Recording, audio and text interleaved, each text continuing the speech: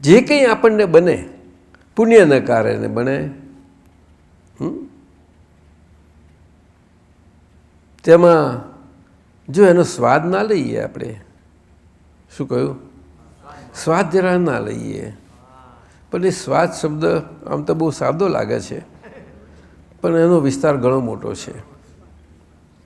અને આપણને આપણી વિતરાગતા આપણા જીવનમાં દરેકને સ્વાદથી નથી આવતી, એનું કારણ આ સ્વાદ છે, રસાસ્વાદ કે છે.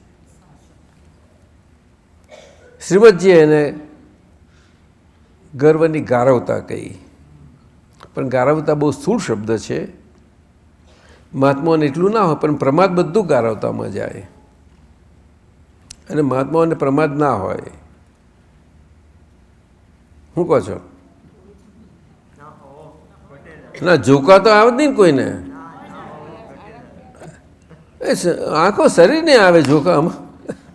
આજ્ઞા ધર્મમાં ઝોકું આવે?